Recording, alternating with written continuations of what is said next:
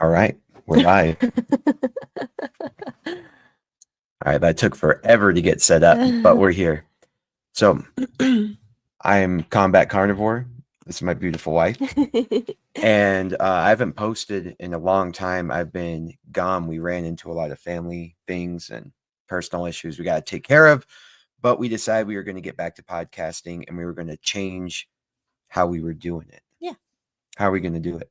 A lot more easygoing, free spirited, but still raw and unfiltered, and talking about all the things of life, marriage, businesses, transitions, spiritual. I mean, all depths. Yeah, it's just going to be like me or Jade with one of the kids, kind of one at a time. So once a week, right? Yeah. So like me once a week, maybe you once a week, and Mhm. just kind of like give one of our kids or our spouse like one-on-one attention for an hour and some change, and just kind of like see what they're up to, see what they're thinking, having Mhm. fun. But I think one of the biggest things that motivated me to get back on this podcast is um, Jade lost her father recently. And as we now look at like all the pictures or videos that we have, we just realize like how precious they are. Yeah. But also like there's not enough. No. And there's never enough. Like there can never be enough. Mhm. But as like let's say like when I pass away, I want my kids to be able to go and like look at us hanging out. You know what I mean? There's Yeah. like and hopefully, right? Like an indefinite video of like me hanging out with my kids. Mhm. And so they can just go watch like hours of us hanging out together and like Yeah. that's what he was like. And Yeah. you know what I mean? Like look at Yeah. those mannerisms, and when they Yeah. look at, my grandkids could see it, and maybe my great-great-grandkids can see it. And they can see like, oh, I got those mannerisms from him, or Yeah. I got those mannerisms and that hair from my great-great-grandma, because they see it like immortalized here. So Mhm. that's what I was thinking with this podcast. Yeah. Nothing scripted, No. no agenda, No agenda. just kind of like what we believe in, hanging Yeah. out. Yeah. Just having good conversation and then just seeing where it goes, because you never know where it'll go. Yeah, like we don't have all the best equipment, and we hope that other people watch this and um and they get value from it, I guess. But like the main reason we're doing this is for like my kids and those future generations that want to be able to see where they came from. Yeah. Because like if I think another thing that got me was my grandpa, right, Mhm. Antonio. I never met him. He died when I was like, I guess when I was like 2 or Yeah. whatever. And I don't have any like real clear memories of him. But my sisters, who are 10 and 12 years older than me, right? Yeah. Um, they say all the greatest things about him. I wish I got to know him. But then my mom showed me some letters that she found from him, and Mhm. it was cool to like hear, not literally hear, but like hear his voice, Yeah. his thoughts. Yeah. You know what I mean? And it like was able to transcend time. And so I was like, this is like, it's almost like he's talking to me, even though he wasn't. Yeah. And so I was like, this is like that on steroids, like letters on steroids, to like hear that voice actually. Like he had a weird voice, but um yeah, so anyway, I think Yeah. it's cool to put your put that down in a way that it can capture as much of you as possible, and capture your flaws, capture Yeah. your quirks, but also capture like those good moments, Mhm. so Yeah. And I think you, like, at the beginning of the podcast, before another podcast, you had talked about those letters and what you were wanting to write with it. But since then, we went to Texas for a little bit, and I mhm. met with my cousins on my dad's side, the Hosley side, and I had not met my grandpa Hosley before he was born. And so, but they got to experience him, and they're sharing stories about him and how, like, he was just so cool. He could fix anything. He was super into tinkering with cars. He was just like an inventor of all things. And so it's just cool to like think about that and just the stories that get shared along the ways. And like sometimes those stories, when your people are sharing stories with you, they may not seem like as valuable in like the moment And then like you'll realize down the line, like, oh wow, that I wish I like maybe I should have listened to more of those details, because there's more, there's always the more layers of things, you know. Yeah, imagine if like our grandparents and our great grandparents, and all the way back through generations, like what if you could be like, wow, that's what they were like, and like I get why I'm like that, or you know what I mean? Like I can't believe Yeah. like those traits still pass down because you're Yeah. that connected with them. Yeah. I think we've lost a bit. We're in a weird time in history because people's lineage used to be vocally like passed down. Yes. You know what I mean? Like when you read books like the Bible and like Gilgamesh and things, it's like David, son of blah, blah, blah, blah, blah, son of blah, who was king of this, who was son of blah. And like they had an oral tradition of their ancestors, but we like kind of lost that. Well, and we still, I mean, it's funny that you say that, because with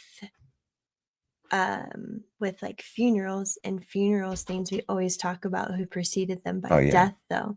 But like that's kind of all that's like the only place we're putting that now, is like in, you know, in obituaries and things like that. Which, it's funny, I found my dad's the other day, which is right here. But when I found it, though, like you don't realize how much in the moment you're not really, like you don't really remember what they said at the funeral. You know what I mean? Yeah. And so you go back and you see like you see like what psalms he wanted to read, or what Bible verses he wanted to be Because he like helped set it up. Yeah, because he helped set it up. And so like that's pretty cool, because then you can, I don't know, but like you said, I kind of just jumped around there, but how it's not really a thing anymore. You don't really know where your lineage comes from. You don't really talk about it as much.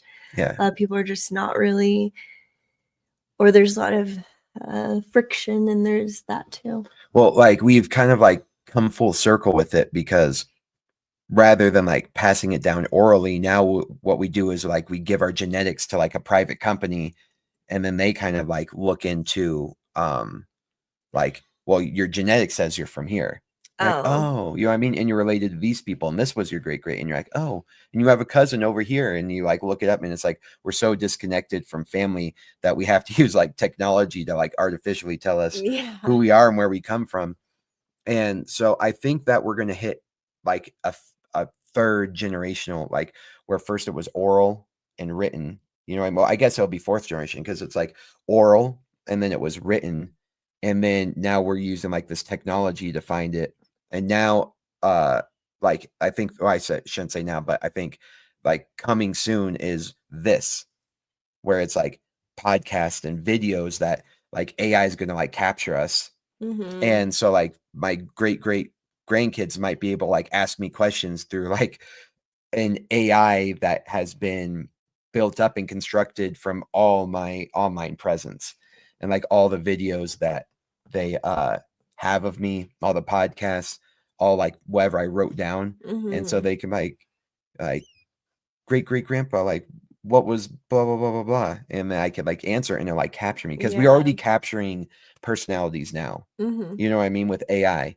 Like our buddy John, he's created like a company, but like if you call him, like you'll get a voicemail, but the voicemail is like his AI personality. Oh gosh. And so it's like, yo, can I help you? You know, and I'm like, yeah, like what are you doing this? He's like, yo, I'm gonna have to check back with the real John, but it's like I'm talking to him. Wow. That's You a know, little creepy. it's pretty interesting.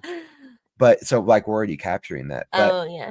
but so not only can our great grandkids like see these videos and like watch us, but then there's going to be another for like a chat GPT, but it's going to be like GPT, you know, and it's going to be interesting, you know, and they're going to be able to, even though it's not you, or maybe who knows, but like, it's not going to be you, but to them, it's going to be you. And it's going to be like a way they've captured you. And we've seen that in some movies where it's like an AI model gets put into a robot, and it's like, you have your wife there again. It's very interesting. And with that being said, please go out in nature today and go experience, go watch a bee on some flowers, please. What am I saying? But I think it's cool. No, it is cool. It is cool. But at the same time, like, don't think that's reality, please, children. There is Earth out there. Go discover the Earth, please. Oh, for sure, for sure. Yeah. But I guess what I'm saying is that we can start now. You know what I mean? Because it's going to start taking those personalities now. And so this is like the coolest way to start immortalizing yourself. Isn't it? I don't think I've like had these conversations with you. I'm like, oh, so like, what the what? I thought we were just doing a cool podcast. We are. That's just happened. Well, I just happened to go down, and like this is what I'm thinking. Scary rabbit hole. Good. No, it's okay. It's okay. This is what it's about. It's unscripted, just wherever we go. Oh, EJ probably like what? Smoke some hard ganja. And it's like, let's just hang out and chill. And now you're down like a sci-fi rabbit hole. Yeah. Yeah. Got deep there. No, I'm just kidding. But no, I think that is very cool. And I think like for you, you're like such a sci-fi guy. You know what I mean? So like I remember growing up and watching a lot of the sci-fi things with I had sci-fi dad and brothers. And, and definitely like just some of that stuff is a little like, overwhelming too for me thinking about that. But overwhelming. A little overwhelming, like, oh, what if, because some people think that is reality and that's. Oh, it's totes going to be reality. It's going to be weird. All of our like imagine being able like right now to ask your great-great-great-grandfather, you know what I mean? You're like, hey, what were things like? And you're like, he was like, oh, things were really hard. And, like I remember your Aunt Sally got like this big disease and blah, blah, blah. And like, you can like just start going to ask the past what things were like and you can get their own experience. But that like won't be happening to like this reality of right now though. No, I was just saying, like, imagine if that was what we did every day. Yeah. And like we just had imagine we just had that direct connection to the past and it was like them telling you, like, I think, for example, it's like the first people they're going to do is like with famous people right now. So like, for example, like Donald Trump, like we have enough video of him that when he's gone, like 100 years from now, they'll be able to ask like, President Donald Trump, like, tell us about your blah, blah, blah. And I'm sure like, because they make AI versions of like Einstein and stuff, but it's not like, it's just what you can type in, you know what I mean? But now we have so much video and audio and writings, like if you wrote a book, like AI could take that and like capture part of that personality. Yeah. Like, so it's a little bit deeper. It's a little bit deeper layer of like what's inside your head. And so by the time like I'll go into another caveat of that, but by the time all the digital data is like collected and inputted into an AI, it gets more and more accurate, And so our connection to the history in the past is going to be so much more involved and immersive. And I think that's a really, really, really cool idea because I would love that.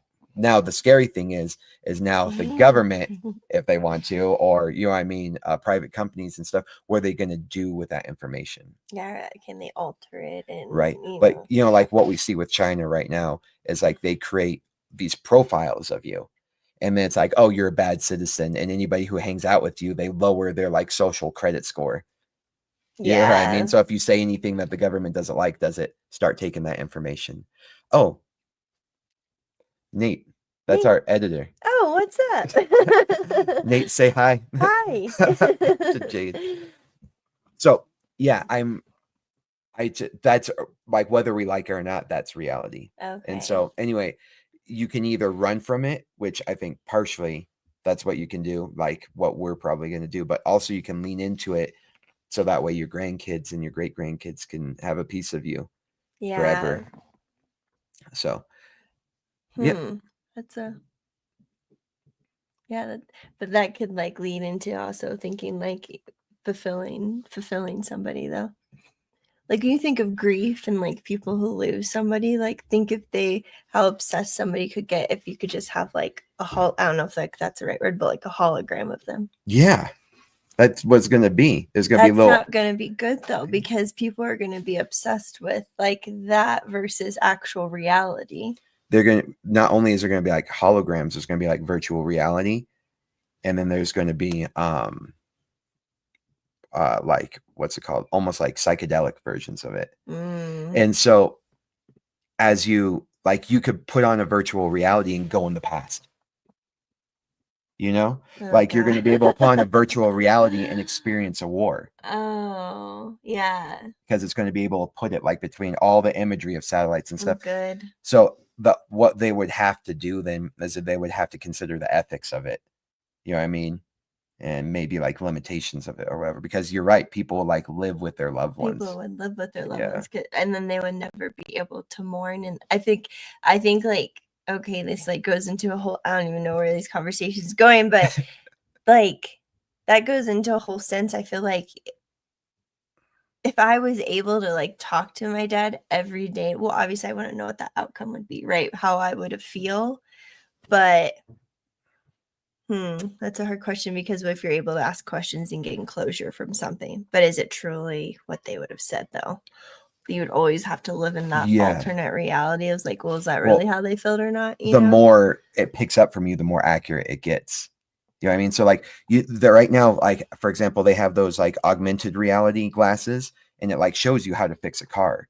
So it's like projecting a different reality on. That's a thing? Yeah. So like you put on the augmented glasses, and it's like, this is your alternator, this is this, and it's like, start unscrewing this, and it kind of like guides you. But soon that augmented reality is going to have like, who do you want your mechanic to be? And it could be like your dad, and your dad's going to be there, and it's going to be like capturing his personality. It's going to be like, oh, let's take a look. Maybe it's going to be, but it like knows, because the virtue, you know, the AI already knows the answer, but it's going to give it to you in a way. Do you remember the movie Passengers? Yeah, not all of it. But do you remember Simon Pegg was the robot bartender? Yes. So it has all the answers already, but it just gives it to us in a human form we like to interact with. So like, you're not only in a virtual reality where you can like put everything on and be there, but it could be in like that augmented reality where it's like your dad's your mechanic. So every time you like go work on the car, it's your dad that's like, I think we got to change that belt. He's like, where did we put that, tension bar? Oh, it's over. Hey, Jake, go grab the tension bar from below. You know what I mean? Yeah. And like, that's how you're going to be interacting. Okay. It's like, I think that's the future of it. And so the more you put into it, like I've already said this a few times, but the more you put into it, the more accurate it will be. And then people will start viewing that as like, this is how I'm putting into my afterlife. Because there's going to be a version of you living in the network, living in the AI, living in the servers. I didn't think of it this way.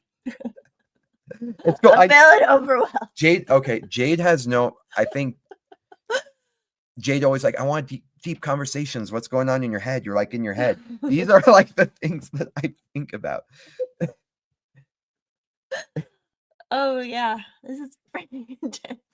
Yeah, but it's the future, and it's like, which is why I'm always like, I want to go buy some property and live out in the middle of nowhere, because it's like the internet already has access to it.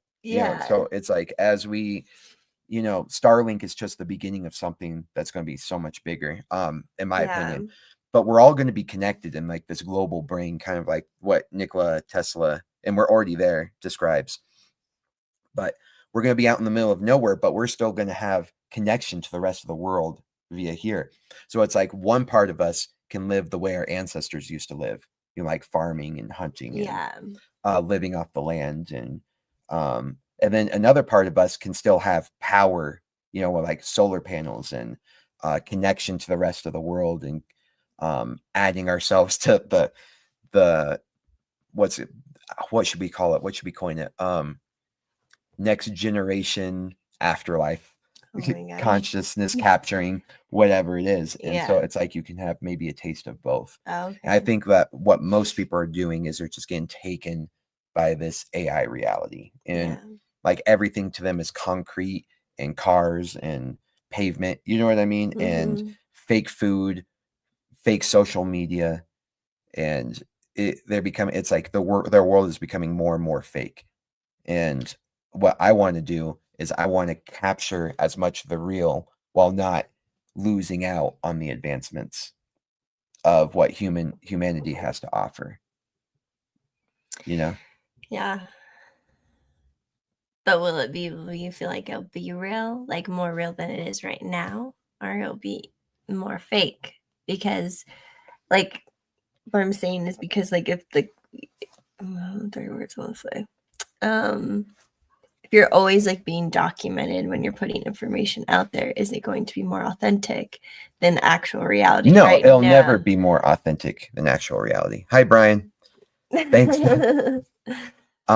No, like real life's always going to be the most authentic. Like watching celestial events like the sunrise and the sunset every day, looking at the stars, sitting around a campfire, raising your own food that you're going to eat, and connecting with nature. Nothing's going to be more authentic than that. Yeah. You know what I mean? But at the same time, if I could talk to my great-grandparents, you know what I mean? Or if my dad dies and I would be able to talk to him when I needed him or whatever, I think that would be super valuable to me. Yeah. And like you said, it's if you might get sucked into that, and you might like be spending way too much time with your parents or your loved ones. Like for example, like if I lost one of my kids and I had like a little like AI version, like I would probably take me over. Yeah, and that's the part that, because again, it's just like another form of takeover, the cell phones or other things like that. So it's just like it's very hard for that's like another easy like fix. I wonder if we use it therapeutically though. If you could use it in a therapeutic way, but then it's like, would you need to have time restraints on it? But then it was like, oh, now someone get frustrated because now you're putting a time restraint on it. So it's just a lot of levels to like think about. Maybe it's like social media where it's like there is no time restraint. You have to have the discipline to be like, hey, I have a 10-minute timer. You know what I mean? Yeah. You know how we put like timers on our kids' phones and things like that? Yeah. But there's a movie that I love. I know that you know that I love, and your brother loves this movie, but Sunshine. But when they're kind of getting a little bit too, what's the word? Like too much angst is build up, like, is accumulating. They're like, all right, 1 hour in the Earth room or whatever. And it's just like a simulation of different areas on Earth where you get and you're like surrounded by it. You know what I mean? And it's like they're surrounded by the waves, or they're surrounded by like a jungle or whatever. And it just makes them feel like they're back on Earth. And they're not in there forever, but they do it just to like kind of reset and go on. Maybe it'll be something like that. Yeah, that would be good, I think, Yeah. But again, I think you have to, I don't know, we live in a whole world of people who are addicted to everything. And so like it's hard, it's hard to like to be able to give that and not somebody get like so consumed and trapped in it, because everybody gets, I feel like, consumed and trapped in things now. Yeah, absolutely. Whether it's good or bad, or but you just wouldn't want it, right? Like we say with anything, there's always like the good side of it, but then there's always going to be the bad too. Or it's hard to say that things are good or bad, right? Right. But there's always going to be some downfalls, possibly. Agreed. Some things you always have to navigate. So there's this person, I forgot where I watched this on, and this is like kind of where you go. Sorry, yeah. There is something that kind of like this idea took me over, that one day there will be a computer that's strong enough to calculate that everything that's happened since the beginning of time, like whether or not there was a big bang. You know what I mean? It's going to take whatever we have, the information it has now, and be able to reverse engineer and like accurately calculate the entire universe. And then as it ran through that simulation, that reality wouldn't be able to distinguish itself. That reality wouldn't be able to distinguish itself from actual reality. It would think it was real as it was going through. And so even if you sped it up and made it go fast, it would be experiencing that time normally. You know what I mean? And so you would be able to see the past and the future, and you'd be able, and is that like that TV show it's a little bit like that Devs, or whatever, what they're able to go back, but that one ended up becoming like different realities. Yeah. You know what I mean? Like there's what's the word I'm looking for? Adjacent like dimensions. And they're like, no, I want this dimension. I want blah, blah, blah. But it's a little bit like that. And then what was very interesting is I was watching, this was actually Neil deGrasse Tyson. He was on a panel, and there's a guy who was saying that when he replaced, I think, and I'm sorry if I'm saying this wrong, but when he replaced string theory calculations with binary, it was an exact, what's where I'm looking for? It mirrored internet, like search browsers and like AI, I guess. Oh. And so he was like, Neil deGrasse Tyson was like, "Are you trying to say we're living in the Matrix?" And the guy was like, "Yeah." And like that video, just like, I don't know why that didn't go viral, because to me, that's insane. And is that like an accidental thing that is, the more we try to mimic something, the more organic or the more in nature it aligns with? You know what I mean?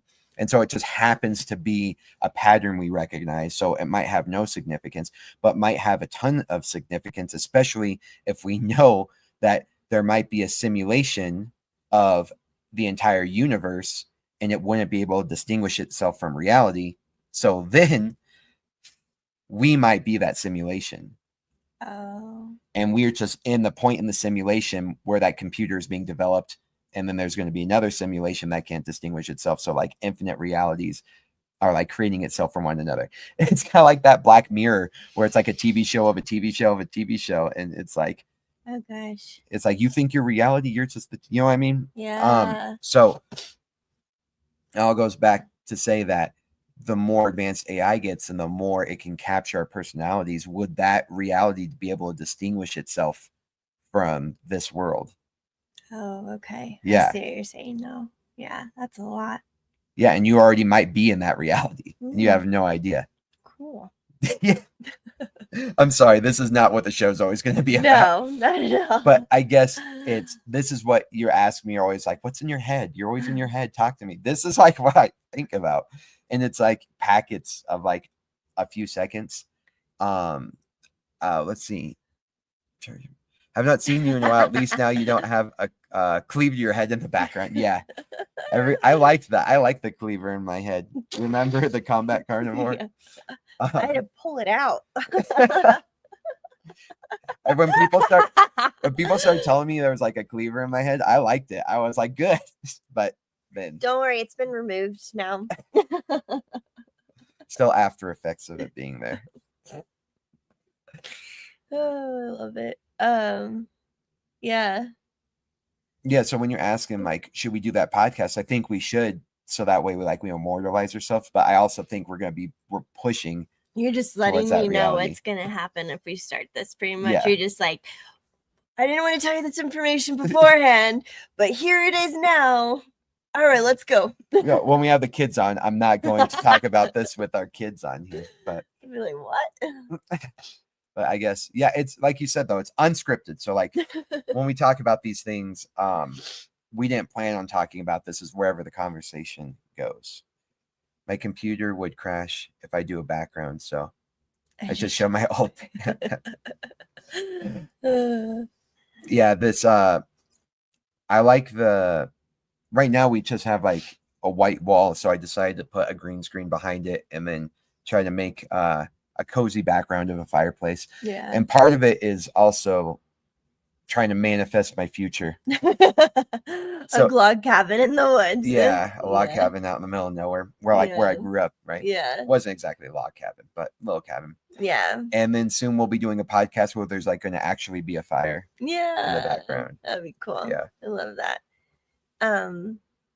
Yeah, so I guess, all that to be said, but a lot of this too, like for me, is like when I'm talking to the kids, it's having really authentic time with them and them feeling like they have a place where they can talk to you about whatever it is. Or if you bring on friends and you talk about your journey with that friendship with somebody. I like thought about that, like bringing on a few friends. I asked one of them, I was like, would you do podcasts with me? And she's like, absolutely. Yeah. But there's so much like when you do have those authentic like relationships that you can genuinely just carry on conversation about anything. You don't have to script it. It doesn't have to be like, I'm just so far from the script. Yeah. you know, and Mhm. I move a lot and I fidget and all the things. And it's just too about just relaxing and enjoying and being in the present moment of each other also. I agree. Yeah. No And expectations. it's cool to like just be able to capture it too. Yeah. So I never liked, it took me a while to allow like people to record me doing jujitsu match or to like Oh. take pictures. And I was like, I don't like scripted pictures where it's like we all get together. Okay. Like I mean, I do like them every once in a while to like to say, remember that time. Yeah. But I started appreciating as my dad would show me some pictures that we had of me as a kid and how important that was. I was like, oh, I totally forgot about that. And it like puts pieces of you back together. It's weird. I don't know how, you know, I don't know how much of a good thing it is or a bad thing, but I enjoy it. Right. Yeah. And so then I get to show my kids, I'm like, this is this. And like, I don't care, but they will care when Yeah. they get older. You know what I Yeah. mean? And I think this is just like a maxed version of that. And so Yeah. like my kids will get to see like all my jujitsu matches if they Yeah. want to. And they're like, dang, look at that. My Mm. dad did that. I remember him Yeah. in like, there's like, I remember coaching my dad through that. And that's cool because Yeah. not a lot of dads did jujitsu to that as much of a level that I did, you know, I Yeah. reached. Yeah. And so I thought that was really cool to be able to do. And now I very much appreciate that I had captured all of it. Yeah. But I had originally got convinced to record those matches so I could get better. Yeah. It's because I could watch my mistakes and watch things that went well. And now which, yeah, that helped a ton. But now it's more important to me because my family will get to see. Yeah. Right. I've made so many mistakes in the past. I've not been a good human all the time. You know what I mean? But at least like those versions of me will get captured and like passed on. Yeah. And that, to me, I think that to me, that's a positive. Yeah, for sure. And so, not only are we taking videos of ourselves in those moments and, you know, sometimes scripted, sometimes candid, this will be capturing moments between us. Yeah. Not moments just between, you know. Yeah. Like, because okay, for instance, there's I love pictures, and the biggest thing we'll joke about is I'll take a picture of a picture of a picture. Oh, yeah. Jade's pictureception. I have a problem. Don't look at my phone, it's very unorganized. Jade will have a picture she took on her phone of a actual picture. I'm like, that makes sense. But then she'll see it pop up in a memory and she'll screenshot it. And then like in our Amazon Prime accounts hooked up. So all of a sudden, like it'll be like a screensaver of our pictures. Mhm. And and then she'll take a picture of the screenshot of the actual physical picture. And so like, yeah, it's picture of a picture. Mhm. But keep going. Sorry. So they know what you're referring to. Yeah. I kind of forgot. Yeah, how important like having a picture is. Oh, how important having a picture is because like different just I really like capturing like mannerisms. I like watching people mannerisms, like watching the things that they do with their hand, what they fidget with, how they twirl their hair and stuff. And because a lot of that things are all kind of like regulating things, like helping you regulate your nervous system. And so anyways, it's just cool to have those pictures or capture those moments, or those moments where they look up at you and they realize you've been watching them, you know. No, like yeah, those are just like really cool things to capture. Yeah, it's like those authentic moments. Yeah. You know what I mean? It can't be scripted. No. It's just their automatic response. And Yeah. like that's who you are. Yeah. I always tell people the true you is when you're like starving, tired, stressed out, whoever that version is, because it strips down all the walls. Yeah. And so like when you're super stressed out and you're still like the guy who's like, it's going to be okay. You know what I mean? Like no matter how much you get beaten down, but if you're the person who gets stressed out and you start yelling at everybody, that's like the actual version of you. Yeah. You know what I mean? So anyway, another way to capture the real version of you is that, where it's like an automatic response. Mm-hmm. You know what I mean? You see those videos of people scaring people, like they look like a statue or a bush and they scare people. Yeah. There's fight or flight or freeze. Yeah. You know what I mean? And what cracks me up is like you scare, and some people will like start punching you back. So like, and that person's a fighter. Yeah. You know what I mean? Other people like scream and run away. That Yeah. person's a runner. You know, they like they scream not only to scare the person who's coming after them, you know what I mean, or the Yeah. threat, but they scream to get other people's attention to come help them, right? So they're running away and they need backup, right? And then there's a freeze of people like, and they can't breathe for a second and they freeze. So, and I'm sure there's more, but like to me, those are like, I love those videos. I think we all love those videos because it's such a pure, it's humans act like a purity, right? Yeah. Not a bunch of angles and makeup and selfies and whatnot. It's a raw human being scared and seeing like the inside of their soul in that moment. And when you take those videos and they don't know they're being recorded, and that response when they realize, that's like an authentic moment like that. Yeah. You know what I mean? Yeah. Zenobia tries to do this thing where you scare her and then she reacts the way she thinks she should react according to what she's seen on TV and movies. And I'm like, don't do that. You know, it's just be authentic with it. You know what I mean? Yeah. Or it's funny because there's this video and I still pop it up and it's a Finny and she's like, she's 2 and she's like pulling her hair out of her face, like walking to me. Get back here. Yeah, I love that video. Oh, it's so hilarious. But like when I watch like those videos, or like we've always went to used to be Sahara Cafe in Manitou, and like the kids grew up going to this restaurant and eating ice cream with Sam, the ice cream man, and Sam, the ice cream man. And then when we would do that, it was just so awesome. There's a little video of them like dancing around, like you know, and they're just wobbling because they're like toddlers, but then they're, you know, full on sassy girls who can tell you what they want and what they don't want, and like they're still like going there but still loving everything about it and every person who's still there works there. And you know, I think it's just really cool, and they've always been surrounded too like with people who speak different languages and try to like, this is how you say hello, and even if they just have a few little words, like I think that's just going to be really cool that they're not going to be afraid to say stuff to people, you know. They are not scared to be themselves. It depends, but I love that they're able to be themselves in most situations. Yeah. And they're not scared to, like, when I was Finney's new to basketball right now. So Finney's starting her basketball journey and she's loving it.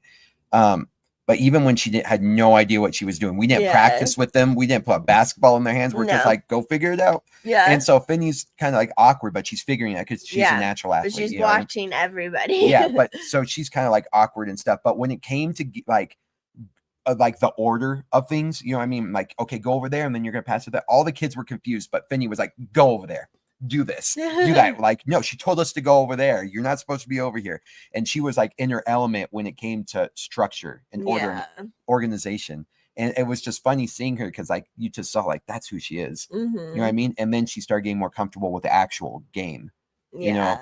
And I just loved everything about that moment of Finney not being afraid to be her. She's like, she knows how to take leadership. And part of that is because she's been in charge of jiu-jitsu classes. You know, like Zenobia and Finney have been in charge of helping out with classes and being making very sure sensitive. The kids are doing the right things, you know, and kids that are, you know, 12 and younger, to be honest, because they could be brand new and they don't know nothing. So Finney and Zenobia could teach them, you know. Exactly. So, and what's very interesting is she, no matter, even in an uncomfortable situation, she was comfortable enough to be that version of her. Yeah. And I think that's like the biggest thing for anybody that I was like, just don't be afraid to like not be yourself, you know, like, and don't be afraid, like if someone doesn't like you, like that's so, I don't know what, that's like gone. Let that go. You know, who cares? Like you just do what's best for you. You do, I don't know how to say it in such a way. I'm stuck in that right now. It was actually like starting the podcast was throughout my past, there's been people who have mistreated me, people who I've gotten along with completely, and then people that probably view that I've mistreated them. You know what I mean? And I didn't like actively like try to mistreat people. Yeah. And I bet there's been times where like I mistreated somebody and I had justified it in my head, like they were a dick to me, so I'm going to be a dick back or whatever. and they probably like I'm probably a negative force in their life. You know what I mean? Like they think of me and like that guy's a dick. And I have people in my past who I'm like, God, I hated that guy. Even just thinking of him like makes me uncomfortable. But then I start to realize like they're probably going through their own things. Like there's probably an even amount, and everybody. Like I was thinking about this one girl from high school, and my friend was like obsessed with her, and then he asked her out to a date, and she was like, no, and he kind of like crushed him a little bit. Yeah. But then that same girl, which we were friends with, asked this other guy to the dance, and he rejected her. And she like instantly like had a negative opinion of that guy. I'm like, you just did it to this other guy. And so it's like we're all that person. Yeah. Where we have people that we reject and mistreat. And then we have people who reject us and mistreat us. Yeah. And then we end up finding our niche of people. You know what I mean? Like our comfort zone. Yeah. And what sucks is like I was so mentally unstable and so like immature and like a narcissist, and like I would lie a lot and stuff like that. And just because I was like trying to navigate, and not to give it an excuse, but I was like just navigating life and seeing like what I could get away with, what I could not get away with, and justifying my behavior. And I had a hard turn in life where I was like, that's not okay to be that kind of person. And now I try to do my best. I know I don't live up to it to be the most, like treat everybody equally and try to be nice. I try to be sensitive to what people are going through, even when they mistreat me, you know? And it's like a gradual thing. Like it doesn't come like it just doesn't come, you know, it ebbs and flows and whatever season you're going through. Cause I think that's a thing. Like, someone gave a good example is like this cup could mean like the best cup in the world. Like your great grandfather gave you this cup, and then this cup could be an ex that broke up with you, and you're like, fuck that cup. Yeah. You know, so it just depends on like what it is. But I think just as long as the biggest thing is not shaming yourself. Like I found that's what I have a big thing about that, because I was like such a shitty younger person, and I was shitty. Like I think I had like a negative opinion of like pretty girls because I had been like rejected so much. But then like I ended up getting to a point where I would try to get pretty girls to like me just to like show myself that I could do it. But I was like using them, even though I didn't want them, just to know that I could get a pretty girl to like me. Yeah. And like, I know that sounds really weird, but it's like, I didn't want anything from them besides that validation. Yeah. And so I know that like I hold that shame, like of the way I've treated girls, and that like, I wasn't doing anything like, you know what I mean? Malicious. Yeah. It was just my own narcissism. Yeah. And just trying to find your own you're finding your own validation for you, and extreme insecurity. And you found it the way you needed to. Yeah. But like everybody goes through that. Like I remember like telling, for instance, like for me, I remember like shaming my body. Like, oh my God, I've had 4 kids, but three C-sections. And so things are just, everything shifts, things are different. And so like, I remember like when I stopped shaming my body, then like that was no longer a narrative there was no longer a story in my head anymore. I had to live through. That's so good. I need to get better. I see those videos where it's like, you need to like forgive yourself. Yeah. And they say you need to like delusionally forgive yourself. Yes.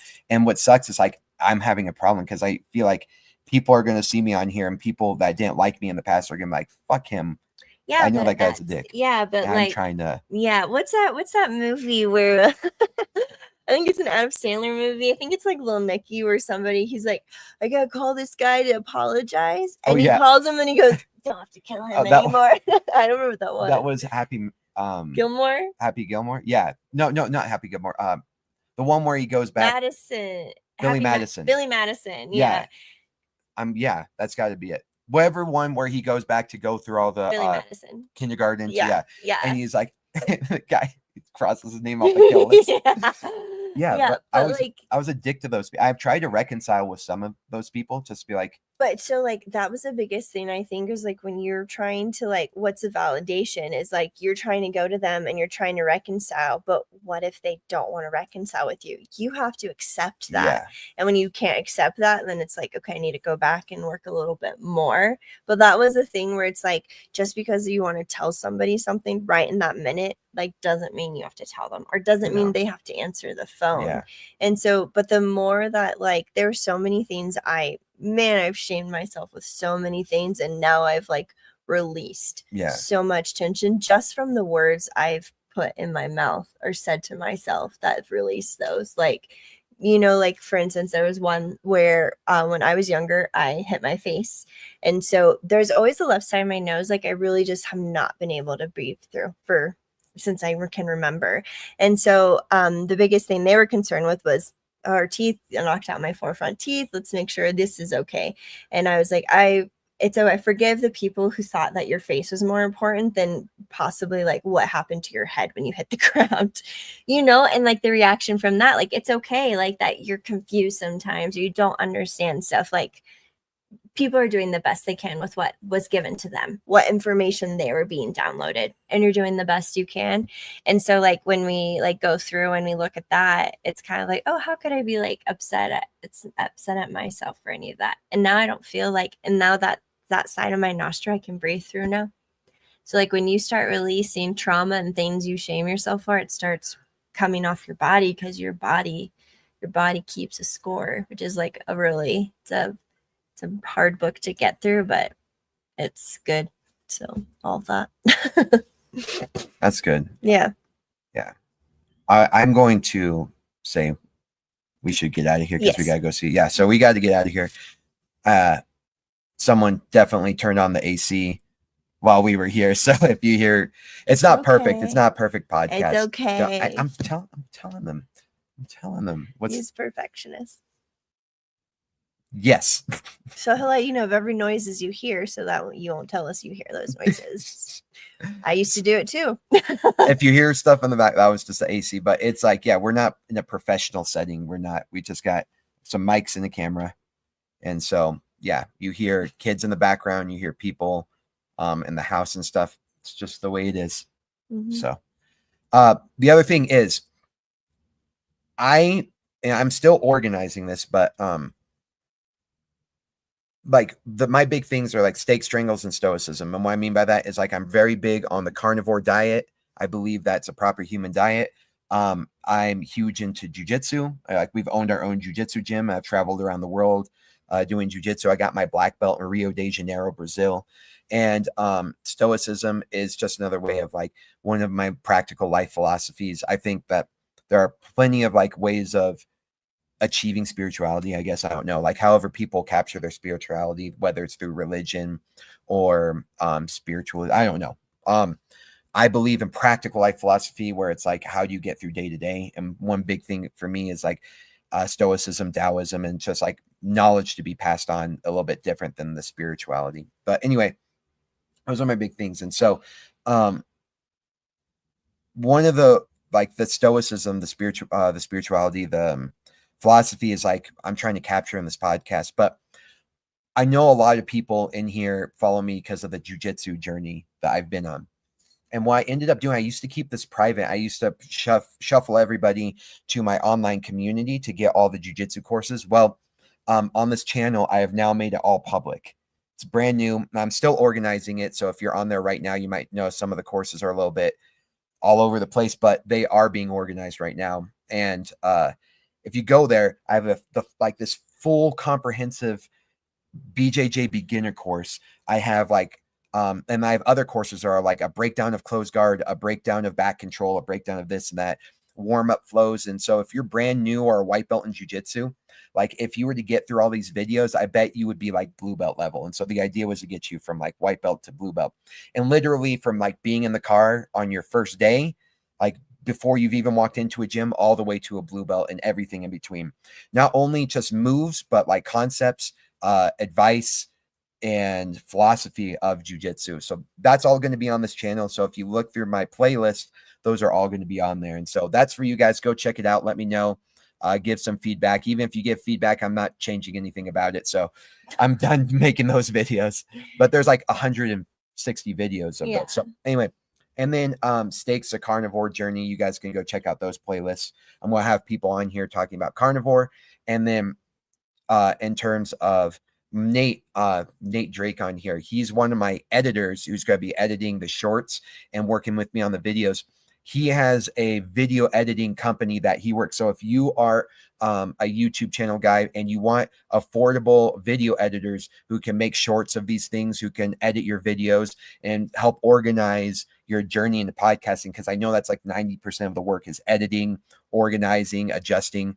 And so he does that. He's got a whole entire company and almost like a consulting company to help get those podcasts to where you need it to be. Because yes, part of the difficulty is being authentic and creating the content, but I think the tedious aspect that takes up most of your time is the video editing and the posting and the hashtags and all that jazz. So anyway, if you have any sort of questions about that and you want a video editor that's like the most affordable, the most authentic, super great guy, anyway, hit me up and I'll get you in contact with my video editor and consultant. And yeah, so that way you can continue on with your podcast journey. Maybe you're trying to immortalize yourself through the AI consciousness. But yeah, and maybe you're a carnivore person or a jujitsu person who's thinking about doing these things. Anyway, hit me up and I'll get you in contact with our video editor. So yeah, Awesome. I think those are all the things. Okay. Thank you so much. Love you guys. Love you. Bye. Don't do drugs. Don't eat vegetables. And subscribe and do all the things. Love you guys.